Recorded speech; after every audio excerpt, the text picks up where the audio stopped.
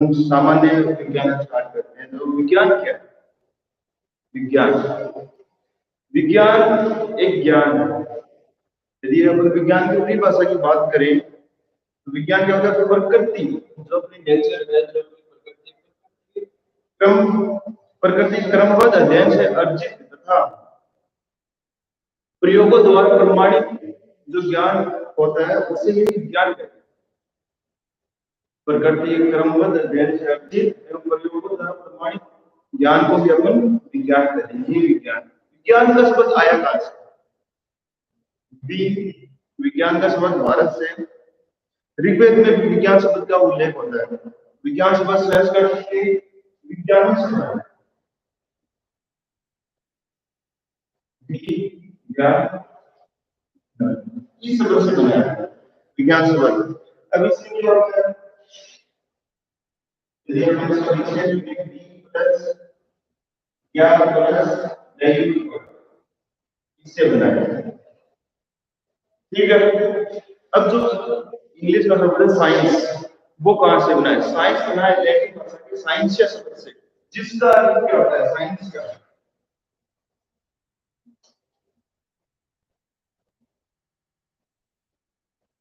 Science क्या शब्द से, जिसका अर्थ है टू नो। इंग्लिश में इसका अर्थ है टू नो, मतलब जानना। ये इसका अर्थ है। तो थोड़ा सा आप लोगों ने बता दिया। हमारे भारत में बहुत प्राचीन विज्ञान के बारे में लोगों ने अपने विचार प्रस्तुत किए हैं।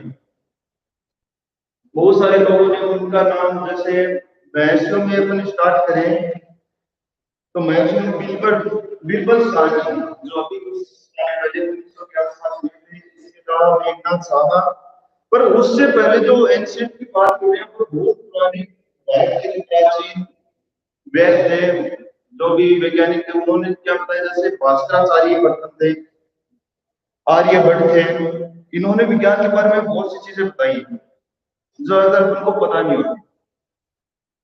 थोड़ा बहुत है, इसके बारे में अपन बाद में पढ़ेंगे। आज स्टार्ट करते हैं अपन एक चैप्टर, पदार्थ की संरचना कैसी।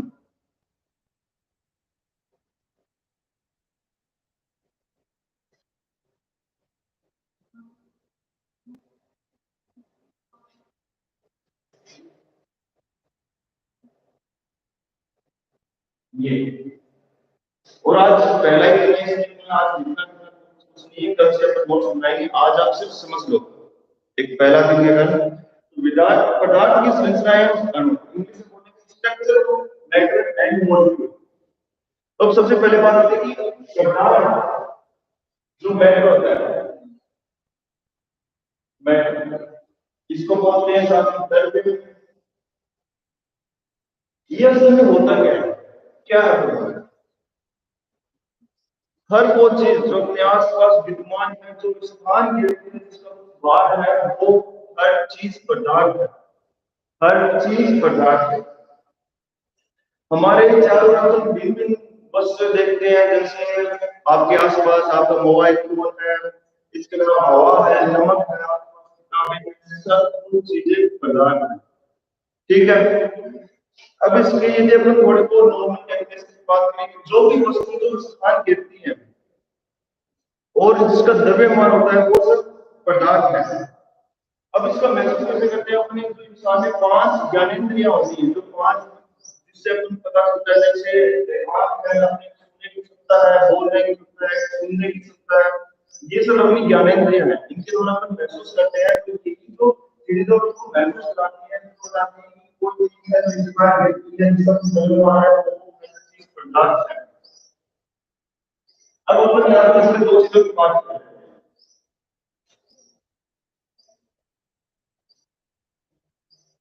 एक होता है द्रव्यमान, तुम लोगों ने इसके बारे में सुना होगा, सुना। दूसरा होता है भार, या अपन वजन बोलते हैं। इसके बारे में तुम लोगों ने सुना है। चीजें तो सेम ही है, पर फर्क होता है इन दोनों में। बेसिक फर्क द्रव्यमान में जो ग्रेविटी है, जो गुरुत्वाकर्षण बल है, जो भी प्रतिरोध लगता है और तो द्रव्यमान तो वजन तो भार का उसमें जो ग्रेविटी है जो गुरुत्वाकर्षण वो साथ होता है भार ग्रेविटी द्वारा ही बताया जाता है ग्रेविटी से रिलेटेड है द्रव्यमान किसी भी वस्तु का अपने ब्रह्मांड की किसी भी जगह द्रव्यमान समान होगा वो हमेशा समान रहेगा पर भार भार बदलता रहेगा हर जगह north pole south pole equator जो उत्तरी ध्रुव है पृथ्वी की जो दक्षिणी ध्रुव है जो मध्य भारत मध्य क्यों क्योंकि जो ग्रेविटी है जो ध्रुवों पर ग्रेविटी है जो मध्य जो दशक की पृथ्वी है ये नॉर्थ पोल ये साउथ पोल मौसम के बहुत है तो तीनों पर जो गुरुत्वाकर्षण बल है वो अलग अलग होता है अगली बार तो सारे से एक तो पृथ्वी है एक अपना चंद्रमा है मून और अर्थ इंसान के भाग्य पर निर्भर करता है क्यों क्योंकि पृथ्वी पर चंद्रमा के सापेक्ष 1/8 गुना ज्यादा गुरुत्वाकर्षण है आपने सुना होगा कि पृथ्वी पर एक विमान उड़ाने या कुछ नहीं कर पाने से ज्यादा नॉर्मल सामान्य छलांग लगाएंगे तो 4 से 5 फीट पर चंद्रमा पर हम लंबी दूरी तक छलांग लगा सकते हैं क्योंकि अपन जो डाउनवर्ड फोर्स है जो नीचे की तरफ जो फोर्स होती है वो नीचे की तरफ खींचती है तो चंद्रमा पर जो वेट की जो पॉजिटिव ग्रेविटी है वो कम है तो इसके बाद यहाँ पर एक सिंपल सी मैं कहना चाहता हूँ कि भार भार और ग्रेविटी का प्रभाव पड़ता है भार ग्रेविटी से लेकर द्रव्यमान ग्रेविटी है आपको फर्क पता चल गया ठीक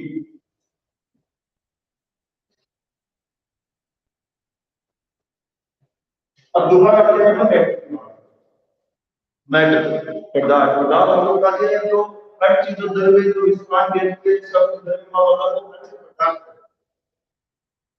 किताब में लिखा जब हम कहते हैं कि द्रव्यमान द्रव्य का द्रव्यमान मतलब इस समय में किसका भार होता है ये बोल रहे हैं जिसका द्रव्यमान द्रव्य का द्रव्यमान होता है तो इसका अर्थ है कि इसका भार होता है तो सीधी सी बात है कि आप किसी जगह को उसका द्रव्यमान होगा तो भार होगा तो वो भार ग्रेविटी से रिलेटेड है एक वस्तु जितनी अधिक भारी होगी उसका उतना ही अधिक द्रव्यमान होगा ये तो सिंपल सी बात है कि इतने अलग अलग ये दोनों ही अपने वजन अपने भार से रिलेटेड बातें हैं पर एक ग्रेविटी के अंदर एक नहीं आता पर एक बात सामान्य सी बात होता है कि एक इंसान धरती पे जीता है जिसका एक भार है वो ग्रेविटी से तो रिलेटेड है ग्रेविटी बता रही है भार पर उसका द्रव्यमान होगा द्रव्यमान होगा ना कुछ क्योंकि द्रव्यमान एक फिक्स निश्चित उसका वजन उसका द्रव्यमान होता है एक निश्चित चीज पर जो भार है वो बदलता रहता है अब एक इंसान ने 100 से केजी का है और उसका द्रव्यमान भी बदलता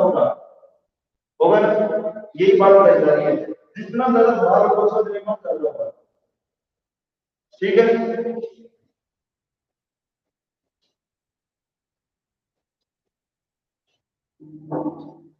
अब द्रव्यमान के गुणधर्म बता रहा है द्रव्य के गुणधर्म द्रव्य के क्या क्या गुणधर्म है अब बात है पहले द्रव्य के कणों के मध्य स्थान होता है जो द्रव्य के जो कण है कोई भी जैसे किताब है यदि किताब को हम बहुत ज्यादा दूरी करके देखते हैं उसमें स्थान देते हैं किताब को थोड़ी आप गैस की बात कीजिए जो अपनी हवा है हवा के स्थान देते यही है बात द्रव्य का गुणधर्म द्रव्य के कण निरंतर गतिशील रहते हैं तो द्रव्य के जो कणों की बात कर रहे हैं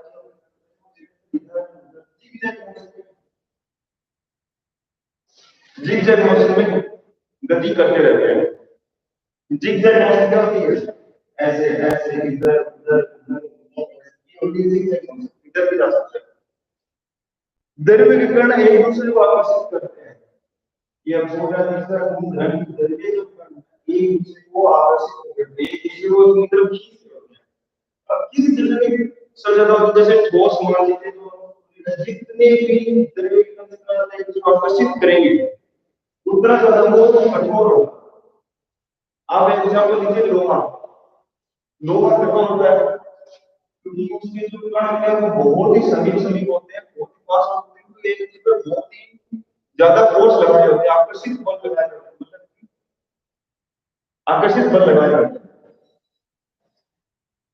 अब बात की जाए गैस की, गैस तो कठोर नहीं है ना, उसके कण इतना ज्यादा है जो आप लेकर बैठोगे ज्यादा स्ट्रेस होता है। तीसरी बात कर ले हमने दर लिक्विड, जैसे अपना पानी, उसके वो गैस से तो ज्यादा पास पास है, मतलब गैस से ज्यादा कठोर है पर गैस से कम कठोर है। आप तीन चीजें लीजिए, तीनों को आप ऐसे स्पर्श करेंगे, गैस के अंदर से आप हाथ धुल जाएंगे, अपनी पानी का धुल जाएगा, आसानी से हाथ धुल जाएगा। दूसरा आपका लिक्विड, लिक्विड में जैसे पानी उसमें अपना हाथ मार के आप लगता है तो उसके क्या पास पास होते हैं, बहुत ज्यादा कठोर होता है पानी की नमी। तीसरा अपना फोर्स, लोहे के पास दीवार है, इसके जो बहुत ज्यादा पास होता है जो आपस में बिल्कुल आपस में इसी कारण अपना हाथ से आपका बीच है, इसके तो आपका दो जस्ट पास के दो स्टेट है पदार्थ की, दो अवस्थाएं, एक जो अपनी एक गैस है जिसके बाद नाम, तीसरा है दीवार जो एक ठोस है। तो आप साफ देख रहे हैं इसके अंदर से आराम से मेरा हाथ जा रहा है, तो इसके अंदर से नहीं जा रही क्योंकि ये बहुत ही ज्यादा कण पास पास और आकर्षित कर रही है, यही आकर्षित का बात है।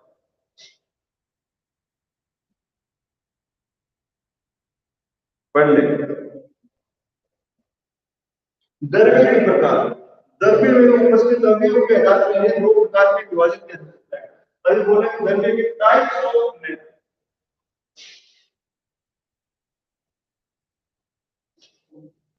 अब बात होती है types of metal, types of metal. तो पहला है शुद्ध द्रव्य, प्योर मेटल,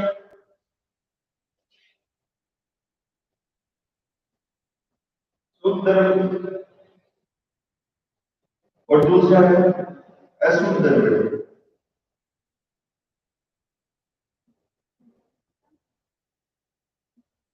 अशुद्ध द्रव्य, प्योर मेटल और इम्प्योर मेटल। अब शुद्ध द्रव्य, शुद्ध द्रव्य को होते हैं जो एक ही प्रकार के होते हैं, कुछ भी करते हैं या जिनके कण एक ही प्रकार के होते हैं। इसका एग्जाम्पल क्या हो सकता है? जो शुद्ध लोहा होता है, लोहा एकदम शुद्ध लोहा होता है, उसमें एक ही प्रकार के सारे के सारे पहले के कण होते हैं, लोहे के कण होते हैं, वो एक शुद्ध है। इसके अलावा सोना है, जल है जो शुद्ध जल है जिसकी पीएच 7 होती है, और ऑक्सीजन है जो प्योर ऑक्सीजन है जिसमें सिर्फ ऑक्सीजन सिर्फ केवल एक ही अणु होते हैं, एक ही घटक होता है जिसमें, तो वो है शुद्ध द्रव्य। अब बात करते हैं अशुद्ध द्रव्य की बात है, तो शुद्ध द्रव्य होते हैं जिसमें दो या दो से अधिक द्रव्य जो बनाते हैं, जो एक पदार्थ बनाते हैं, जो एक द्रव्य बनाते हैं, होते हैं अशुद्ध द्रव्य। जैसे शीतल पेय जो अपना ठंडा पानी होता है, जो अपने घड़े का पानी है, उसमें कई प्रकार की इम्प्योरिटीज होती है, वो एक साफ द्रव्य नहीं होता, साफ द्रव्य होता है, साफ एकदम शुद्ध जल, उसका वो टेस्ट लेस होता है, उसमें किसी प्रकार का टेस्ट नहीं आता।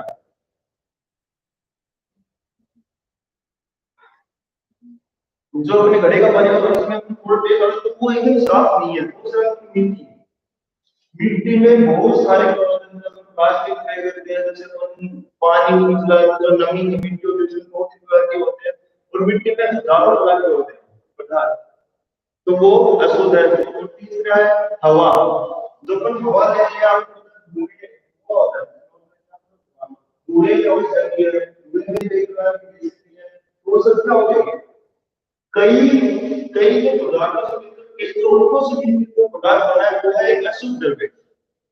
तो आपको समझ में आ गया हम लोग अगर पदार्थ की अवस्थाएं, द्रव्य की अवस्था कितनी होती है, द्रव्य की अवस्था बता, द्रव्य की अवस्था होती है तीन प्रकार की, आपको पता है कौन कौन सी होती है? स्टेट ऑफ मैटर तीन प्रकार की होती है। पहली है ठोस, मुझे पहली बात का आपको पता है, दूसरी है द्रव, तीसरी है गैस। ठोस, द्रव, gas, solid, liquid and last one gas. अब बात करते हैं सबसे पहले ठोस। अब तो पहले एग्जांपल बात करते हैं तो सभी बहुत पास पास होते हैं, घटना होते हैं, जैसे और थोड़े डिफरेंस होते हैं कणों के मध्य। तीसरा गैस की बात ठोस में बिल्कुल ये पारदर्शी माध्यम होता है, ठोस भी हो सकता है पारदर्शी माध्यम, जैसे कांच है, कांच का ठोस है, और आपको महसूस हो जाएगा कि कौन ठोस है कौन गैस है कौन द्रव है। अब आपको एग्जांपल देता हूं, इनके तीन एग्जांपल, एक ही पदार्थ के तीन एग्जांपल। H2 जो अपना पानी है, ठीक, मैंने लिख देता हूं H2 liquid, H2O solid, H2O gas. अब आप सोच सकते हैं कि इसकी अवस्था कौन सी हो सकती है पानी में, पता है? मुझे पता है, बर्फ। पहली है बर्फ, आइस। दूसरी दूसरी अगर पानी हो गया वाटर। और तीसरा, अब गैस में कैसे बनाओगे पानी? भाप, भाप जिसमें वाष्प होती है, वो पानी तो है, वो जो उसके बाहर पानी निकलता है, बात होता है तो पानी ना, वो भी पानी की जो वाटर है उसकी स्टेट है, भाप, स्टीम। तो आप समझते होंगे तीनों के प्रमुख की। अब जो वैज्ञानिक है उन्होंने दो और स्टेट का विचार किया है, एक तो प्लाज्मा स्टेट और एक Bose Einstein condensate, condensate BEC. एक तो प्लाज्मा और दूसरी है बोस आइंस्टीन कंडेंसेट, तीन है, ठीक। आपको इसके बारे में ज्यादा नहीं पता है क्योंकि आपके लेवल पे बात नहीं है, तो आप बस थोड़ा सा दिमाग में रखिए, कोई बड़ी बात नहीं है। आप इसे 3 मिनट करते हैं, ठोस, द्रव, gas, solid, liquid and gas.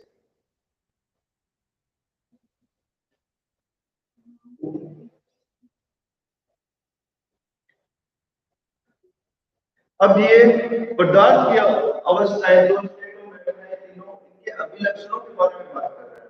तो सबसे पहले बात है, हमारे चारों ओर ऐसे ही पदार्थ ठोस रूप में उपस्थित होते हैं। तो आपको पता है हमारे चारों ओर कई ठोस रूप आप अपने आसपास देखिए, जैसे आप गूगल पे चल रहा है, आपकी दीवारें हैं, आपका मोबाइल फोन है, ये सब ठोस ही तो है।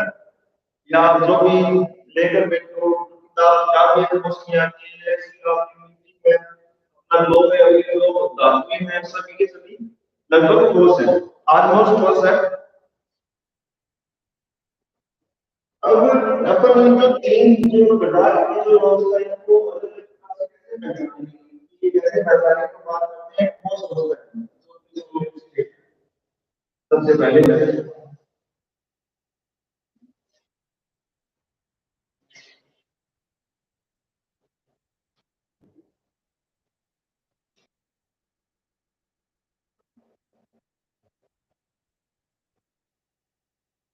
ठोस अवस्था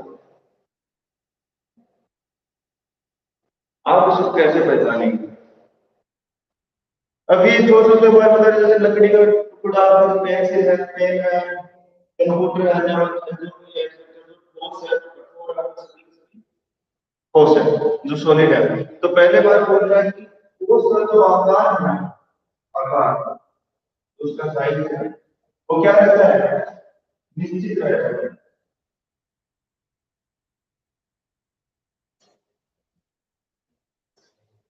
ठीक। दूसरी बात हम लोग फोर्स का जो आयतन है,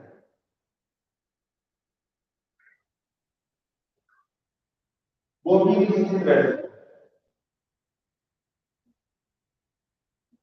मैं आपको आयतन के बारे में बताता हूँ।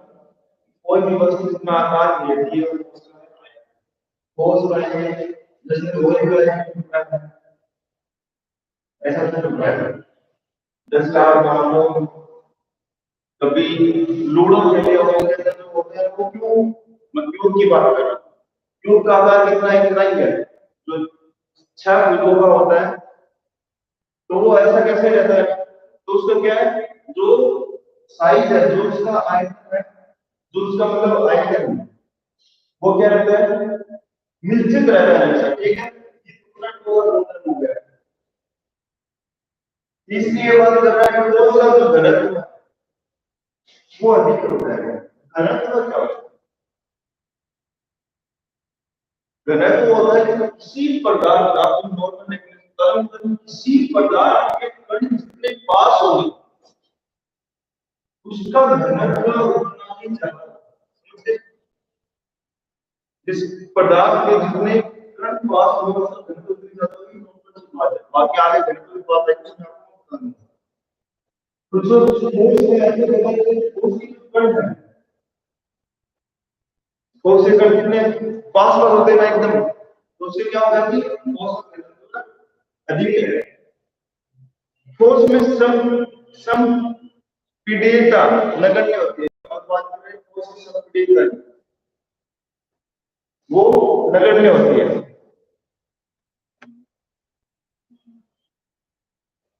ठोस के कणों के मध्य कुछ अंतर अणु आकर्षण पर पाया जाता है। इनके अंदर मध्य बहुत ही ज्यादा वो पाया जाता है, आकर्षण पर। जितना आकर्षण पर होगा उतनी पास पास रहेंगे, और जितने पास पास रहेंगे उतना विलंब ज्यादा होगा, जितने पास पास रहेंगे उतना पेट्रोल होगा। आपको पता होगा हीरा से ज्यादा कण बहुत ही पास पास होते हैं। ठीक है, उसमें एक तरह की बात है वो प्रतिशोधकता सारी करता है, पर पेट्रोल की बात करें यहाँ पर, तो देखिए ठोस के कणों में विस्तरण अत्यंत कम होता है। विस्तरण क्या होता है, विस्तरण को बोलते हैं उसमें डिफ्यूजन, फैलाव। तो ठोस के कण है वो ऐसे फैले ही हुए दूर दूर एक दूसरे दूर दूर, तो कोई बात नहीं, ठोस के कणों के अंदर आकर्षण बहुत ज्यादा होता है, इसलिए वो बहुत ही पास पास होते हैं, तो वो नहीं होता है। ठीक है, तो आज ये बात होगी नॉर्मल पढ़ाई, कल से आपको लिखवाने स्टार्ट करें। ठीक है, धन्यवाद।